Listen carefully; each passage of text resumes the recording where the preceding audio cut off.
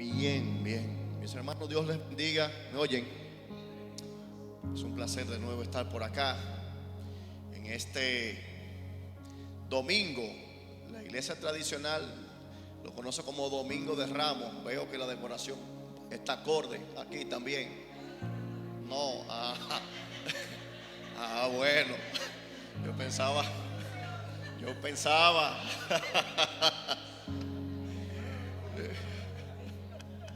No, mis hermanos.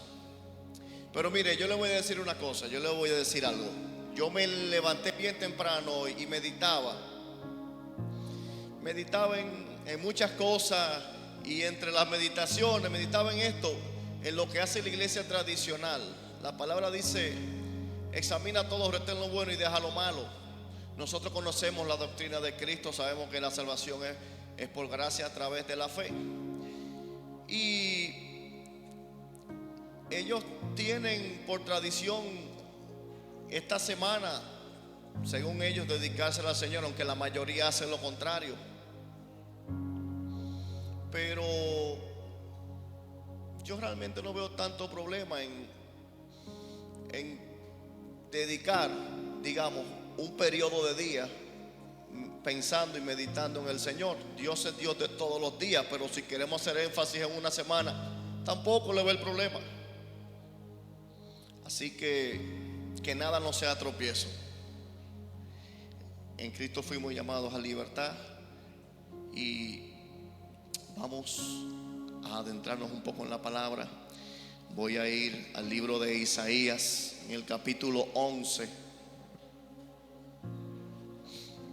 Un segundo, déjeme armar esto acá.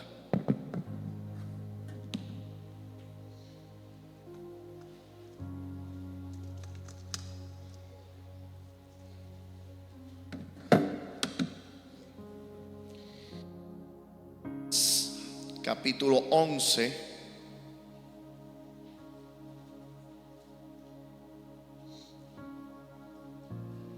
del 1 al 5. Ya voy.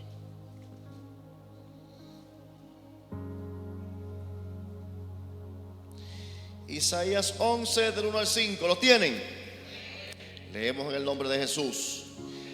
Saldrá una vara del tronco de Isaí, y un vástago retoñará de sus raíces, y reposará sobre él el espíritu de Jehová, espíritu de sabiduría y de inteligencia, espíritu de consejo y de poder, espíritu de conocimiento y de temor del Señor. Y le hará entender diligente en el temor del Señor. No juzgará según la vista de sus ojos, ni arguirá por lo que oigan sus oídos, sino que juzgará con justicia a los pobres, y arguirá con equidad por los mansos de la tierra. Y herirá la tierra con la vara de su boca, y con el espíritu de sus labios matará al impío. Y será la justicia cinto de sus lomos, y la fidelidad ceñidor de su cintura. Amén. Podemos sentarnos. Pueden sentarse. Yo me quedo parado. Gloria a Dios, como dice el hermano. Y bien, tenemos al profeta Isaías dándonos una profecía maravillosa 700 años antes de que Jesucristo hiciera su aparición física al mundo. Dios hecho carne. Dice la palabra que el verbo se encarnó y habitó entre nosotros, y que ese verbo era Dios, hablando de Cristo. Isaías está profetizando en un momento donde todo parece desmoronarse. Acordémonos que Isaías existió durante el último tiempo del reino de Judá, y eso una vez lo hablamos aquí, que esos últimos años del reino de Judá era de una decadencia y una infidelidad prácticamente total del pueblo hacia Dios. Judá estaba espiritualmente corrompida, apartada, se había olvidado. Tantas veces que dice que el Señor les advirtió en su ley: cuídate de no olvidarte, y se olvidaron, porque nos olvidamos muchas veces. Los líderes, dice en Isaías 1:23, que eran injustos, no conocían la justicia, practicaban la injusticia mejor. El pueblo confiaba en alianzas humanas con Egipto, con alianzas con el mundo, antes que confiar en el Señor. Y Dios levanta al imperio asirio como un instrumento de juicio. Ese es el capítulo anterior a este, al 11, es el 10. Dios describe cómo va a usar a Asiria como un instrumento de juicio en contra de Judá, en contra de su pueblo. Pero luego declara algo maravilloso, y es que también va a juzgar a Asiria por su arrogancia. Entonces viene la imagen fuerte que nos describe el capítulo 10, el anterior. Estamos dando un contexto para saber dónde estamos parados históricamente y también el desarrollo del tema del libro. Dice que Dios corta los árboles altos, los corta. Y esto representa el fin del orgullo humano, el colapso del poder político y por implicación la caída visible del linaje davídico. Luego de ahí no hubo más reyes, fueron cortados literalmente.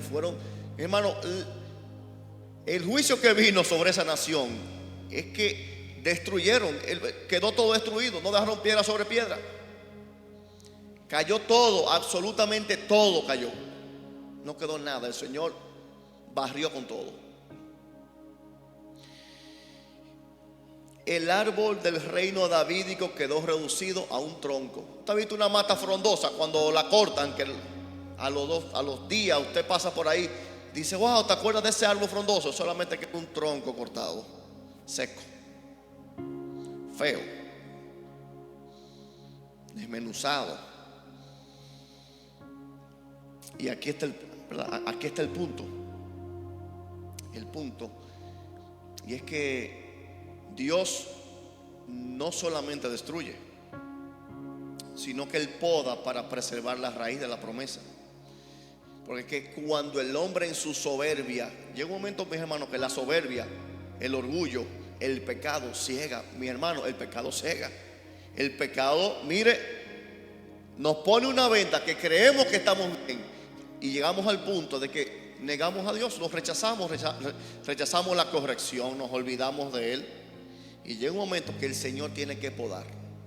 No porque el Señor se alegra en el sufrimiento nuestro, sino que aún en su fidelidad y en su amor, Él dice: si yo no hago esto, si yo no permito esto, si yo no lo destruyo o casi lo destruyo, no va a levantar cabeza, no va a volver en sí.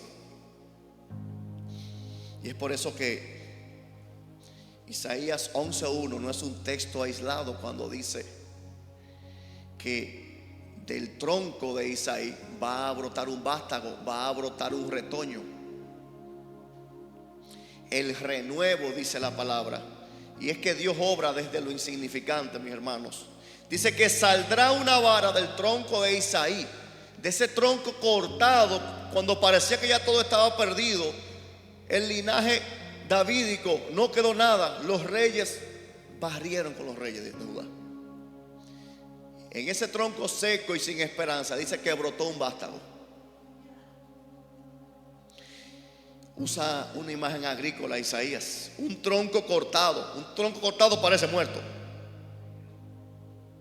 pero las raíces siguen vivas.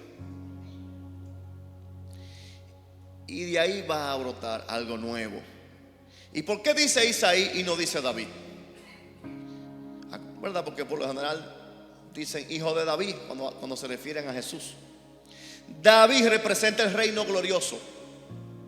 Isaí representa el origen humilde. Y Dios está mostrando que no depende de la gloria pasada. En Dios siempre hay cosa nueva. Él se lo dijo a su pueblo: olviden lo pasado, aquí que yo hago cosa nueva. No se lo voy a decir. Él puede reiniciar la historia desde lo pequeño. Y esto apunta directamente a Cristo, mis hermanos. Esto nace en un contexto sin poder político. Cristo nace en un contexto sin poder político. Crece en Nazaret. Alguien dijo: ¿y podrá salir algo bueno? Parece que el lugar no era muy bueno, era como calentón, parece eso ahí. No encaja en las expectativas humanas, por eso los judíos los rechazan. Los judíos estaban esperando un rey que viniera a destruir el imperio romano, pero en los planes del Señor había otra cosa. En Isaías 53:2 dice: como raíz de tierra seca. El Mesías no impresiona externamente, no impresiona, pero está lleno de vida de lo alto. Y Dios no necesita que tu vida sea grande para usarla, ni que la mía sea grande. En lo olvidado, en lo débil, en lo que otros descartan, ahí se manifiesta el poder de Dios, para que el hombre vea que esto no depende ni de su fuerza, ni del querer, ni del poder, sino del Señor. De modo que la voluntad del Señor, Él mismo lo dice: mi voluntad no hay quien la resista. No importa el contexto, no importa lo que diga el mundo, no importa que la apariencia diga que es débil, su palabra es suficiente. En medio de una situación adversa tan tangible, el Señor dice: mi palabra es suficiente para que mi propósito se lleve a cabo. De modo que lo que el Señor dice que es y es hecho. El Espíritu sobre él, dice la palabra. Un rey perfectamente capacitado. Reposará sobre él el Espíritu del Señor, dice la palabra. Los reyes fallaban, y eso lo podemos ver claramente en Isaías, como en el libro de Reyes. Fueron muy pocos los reyes que fueron buenos. Gobernaban sin sabiduría y sin temor del Señor. Y tiempo atrás hablábamos también acerca de este punto, que el hombre elige líderes por su apariencia, y puede ser que tengan talento y capacidades, pero al no tener el espíritu correcto, siempre resbalan, siempre caen, y muchos terminan siendo tiranos, porque esto no va de capacidad. El liderazgo no va de capacidad. Pero este rey es totalmente diferente, dice la palabra. Muestra plenitud y estabilidad. Dice: reposará. O sea que no es momentáneo, es permanente. Y las cualidades no son habilidades, son perfecciones. Dice sabiduría, o sea que entiende la realidad como Dios la ve. Inteligencia, o sea que discierne correctamente. Dice consejo, que toma decisiones perfectas. Poder, ejecuta sin fallar. Dice que tiene conocimiento, o sea, relación íntima con Dios. Y que tiene temor del Señor, o sea, una reverencia perfecta. Y muchos líderes pueden tener conocimiento sin carácter y poder sin sabiduría.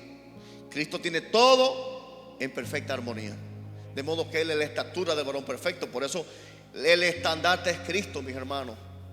La grandeza de un líder no es lo alto que hable, ni que tiene un traje caro, ni que llegó en una jipeta cara, ni que tiene un reloj caro. Es que Cristo se refleja en él. Por eso muchas veces es que fallamos muchas veces dentro de las congregaciones cuando vamos a poner líderes. Y eso lo digo por experiencia, porque lo he visto. Lamentablemente, no es que estoy chismeando, es que es lo que he visto. El líder debe tener la imagen de Cristo, o sea, debe ser una persona madura en la fe. El conocimiento no es suficiente, que sea buen mozo no es suficiente, que es amigo de fulano. Señores, eso se ve. Ni que sea familia. No estoy diciendo que está malo si es familia o no es familia, que está malo si no tiene el carácter. Ese es el problema.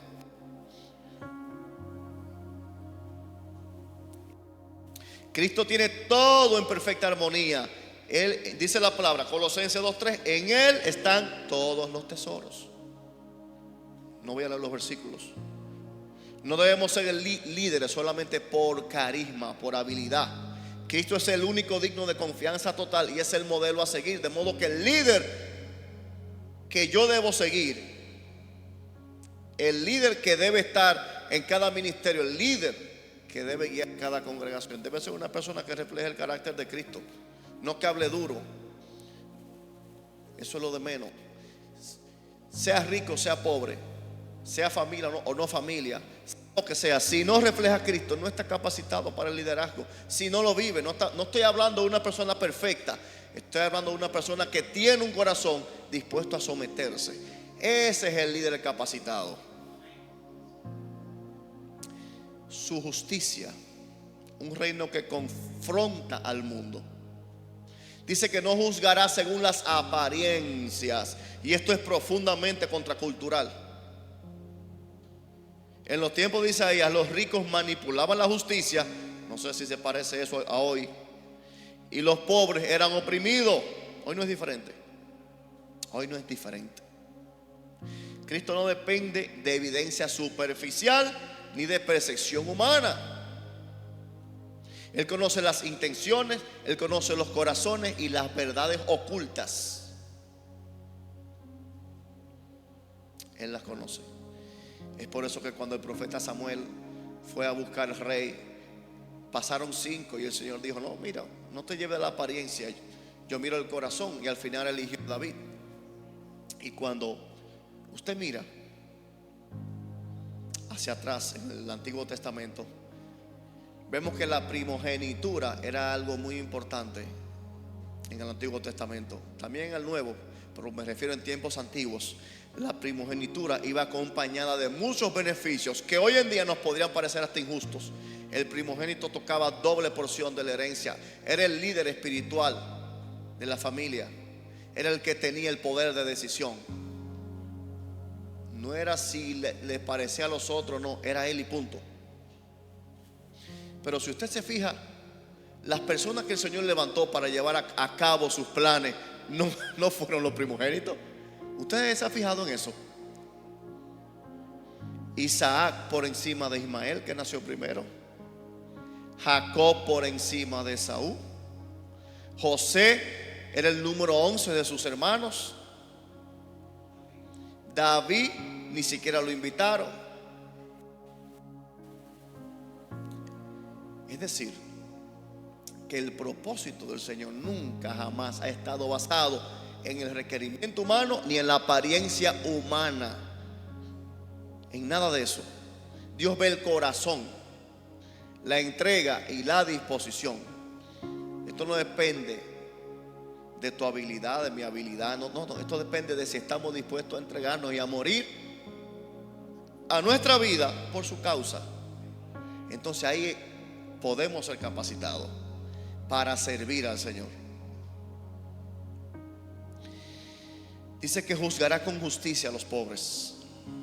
No significa solamente pobreza económica, sino también los que dependen de Dios, los pobres de espíritu. Y también dice que va a destruir al impío.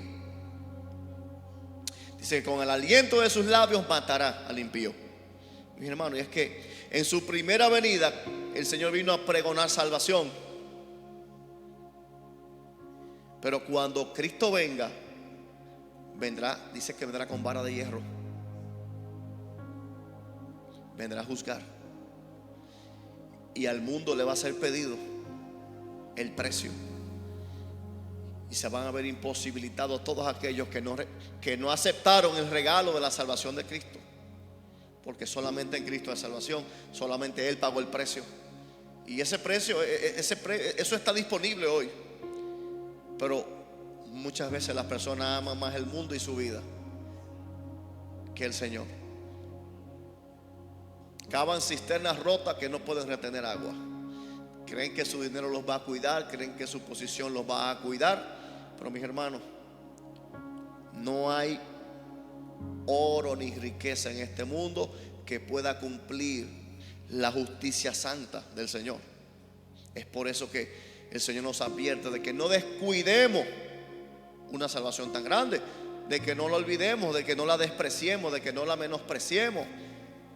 Y hoy está disponible y sigue estando disponible. Por eso la palabra dice que su misericordia es para siempre. Pero nosotros tenemos un tiempo finito. La misericordia del Señor está ahí, pero el hombre no quiere muchas veces. Dice la palabra, ustedes resisten al Espíritu. Y así hay mucha gente que resiste al Espíritu, aún sabiendo de que necesitan del Señor. Cometen el pecado imperdonable. ¿Cuál es el pecado imperdonable? Es rechazar a sabiendas. Es rechazar al Señor a sabiendas de la consecuencia. El Señor, oiga, el rechazo del Señor y de su salvación es la rebelión última del hombre contra Dios.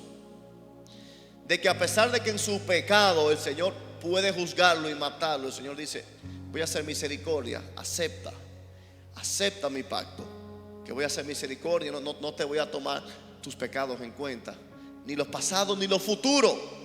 Óigame, y aún así el hombre en su rebeldía rechaza muchas veces al Señor. Dice la palabra, ya no queda más pago. Ya no queda más pago más que un juicio inexpugnable. Cristo no es neutral, mis hermanos. Él responde con gracia al arrepentido y con juicio al rebelde. Y es que su carácter, la justicia será su cinto, dice la palabra.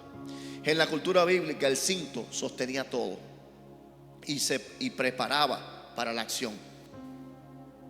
Cristo no actúa por obligación.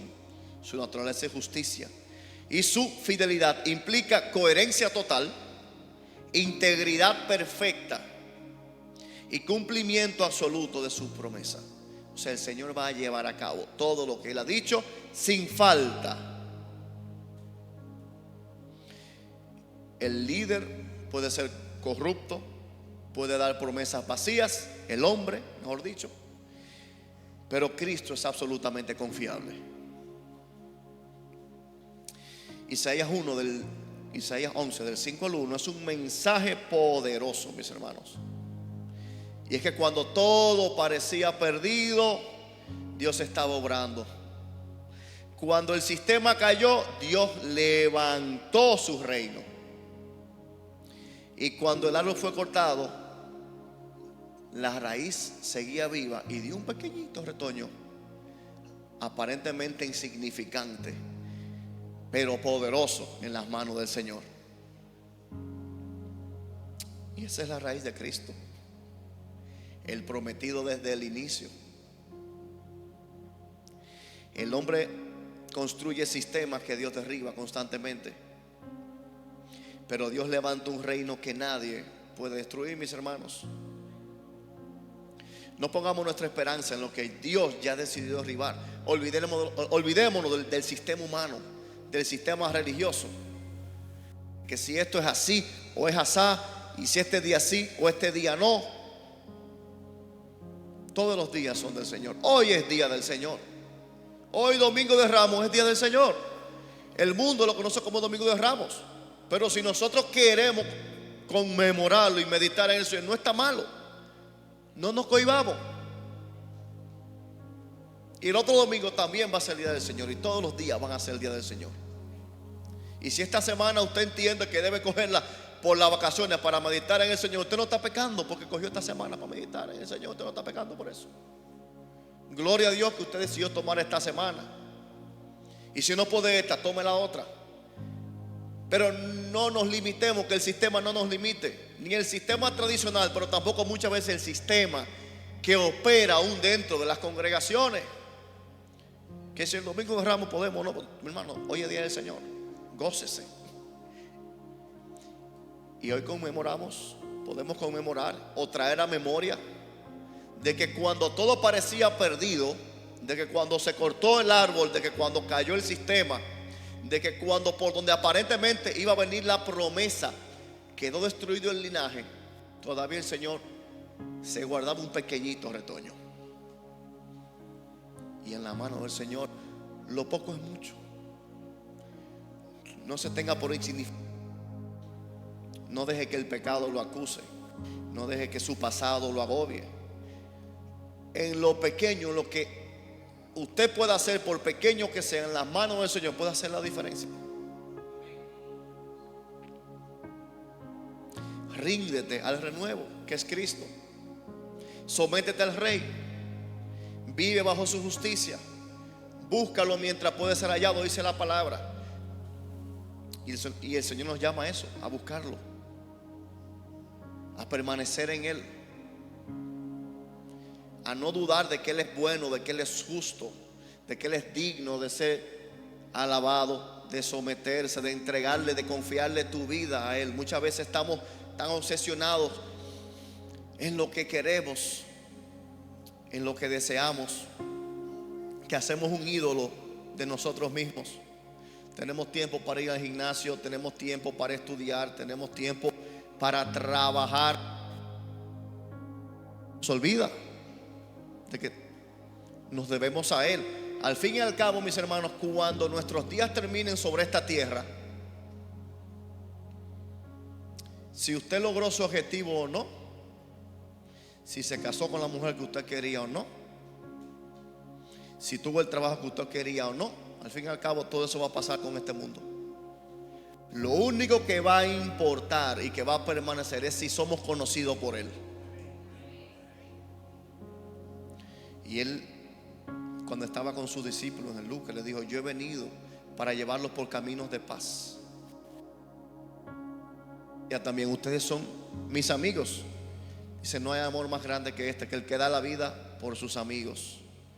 O sea, en cada rincón de la palabra el Señor nos muestra, nos recuerda lo mucho que le importamos para Él, de que su promesa se ha mantenido firme sin importar las variaciones en la historia o en nuestras vidas, sin importar los altos o los bajos. El Señor lo que nos dice: mi promesa permanece y ha permanecido y permanecerá fiel para tu vida. Podemos tener seguridad y paz con eso, sin importar de que hoy quizá estés pasando por un momento de frialdad espiritual. Quizá le ha fallado al Señor, quizá no encuentras el camino para levantarte, pero el Señor te dice: mi promesa está ahí. Aunque parece pequeñita, como una matita pequeña que parece que podría arrancarla con 2 dedos, está ahí. No nos desesperemos, no nos ofusquemos, no nos entreguemos a la desesperanza. No te entregues a la desesperanza de tu situación. Yo no sé lo que tú estás pasando, pero aún de lo insignificante, aún que te sientas insignificante, aunque te sientas caído, todavía hay una pequeña esperanza. Pero en el Señor esa pequeña esperanza es fuerte, es vida. Podemos confiar en Él, podemos levantarnos. Y el Señor hoy nos recuerda de que desde el inicio Él nos ha hecho una promesa de un redentor. Dice que los antiguos, antes de que llegara Cristo, de lejos lo veían como una esperanza, porque la salvación siempre ha sido por fe. Y Hebreos lo dice: caminaban como viendo al invisible. Mas hoy nuestros ojos quizás no hemos visto a Cristo físicamente, pero nos ha dejado al ayudador, al Espíritu Santo. Y ahora lo vivimos y sabemos que Él es fiel, que Él es real y que Él vino a salvar lo que se había perdido. Lo que se había perdido. O sea, ¿soy usted cree que está sucio, que está en problemas, que le ha fallado mucho al Señor? Bueno, el Señor vino a salvar lo que se había perdido. Ese vástago, ese retoño, esa raíz vino como una semillita de mostaza, pero para dar un frondoso árbol de esperanza, de fe, de gloria, de salvación, de vida eterna, para que nos cobijemos debajo.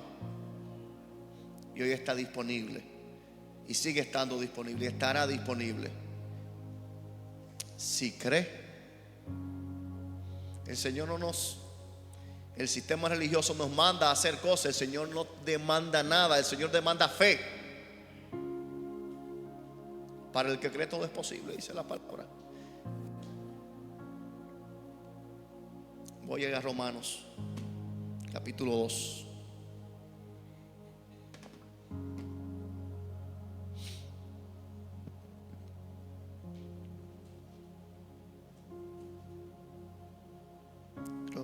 Creo que el 1, perdón.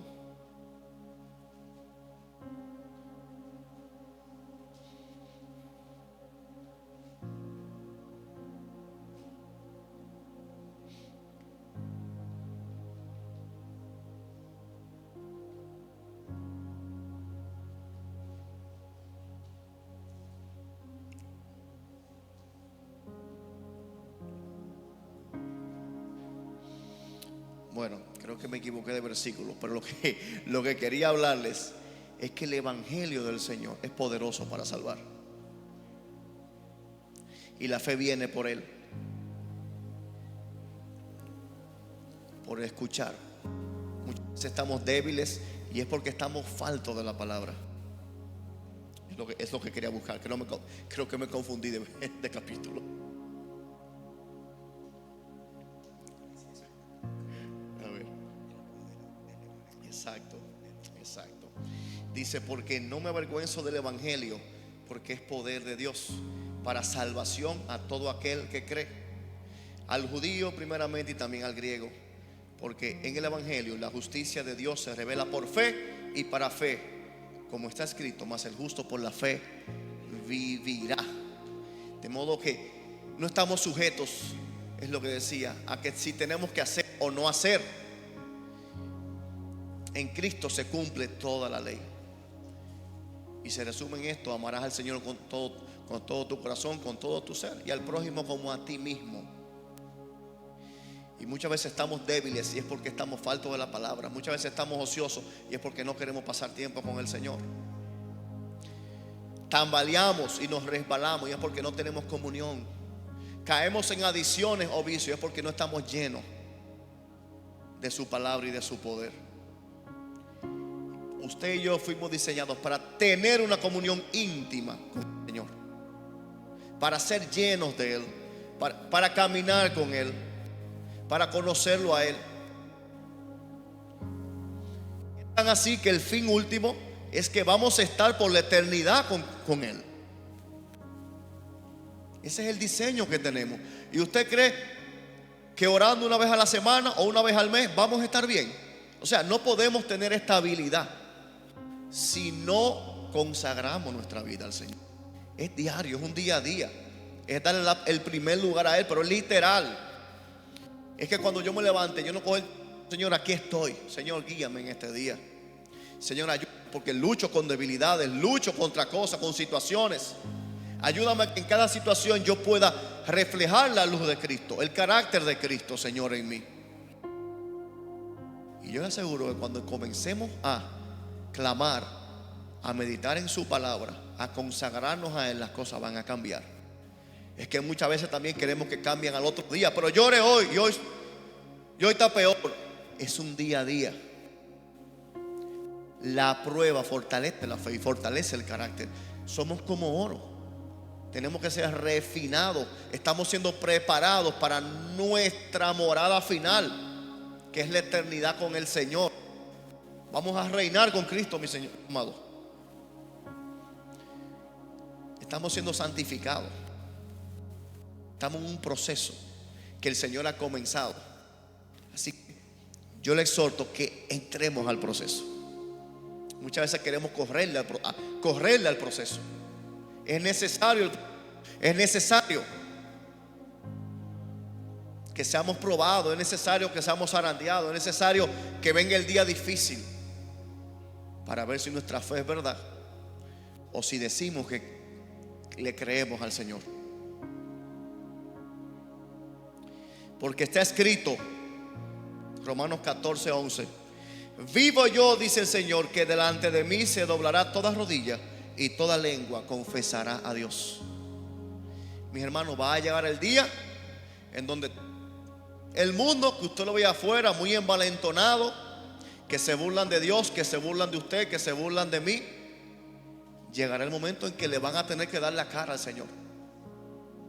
Y el Señor lo dice, todo el mundo, llegará el momento en que todo el mundo va a tener que reconocer que yo soy Dios y se van a postrar. Y el malo recibirá su merecido. Porque ¿qué es la justicia de Dios? Sino que el malo reciba su merecido y el justo sea exaltado. Y ahí se cumple la justicia. El problema es que la justicia de Dios no es nuestra justicia, es perfecta. Es por eso que es en Cristo que somos vivificados, que somos santificados. En nuestra fuerza no podemos. Así que aquí termino. Les exhorto que avancemos hacia Él y que meditemos en saber de que Él es fiel a sus promesas, de que Él va a cumplir su palabra, y de que sin importar la situación difícil que estemos atravesando, siempre hay una pequeña esperanza, siempre hay una pequeña raíz que el Señor levanta. Se llama Cristo. Quizás en apariencia parece débil, pero cuando confiamos, cuando creemos, mi hermano, es poder de Dios. Vamos a orar.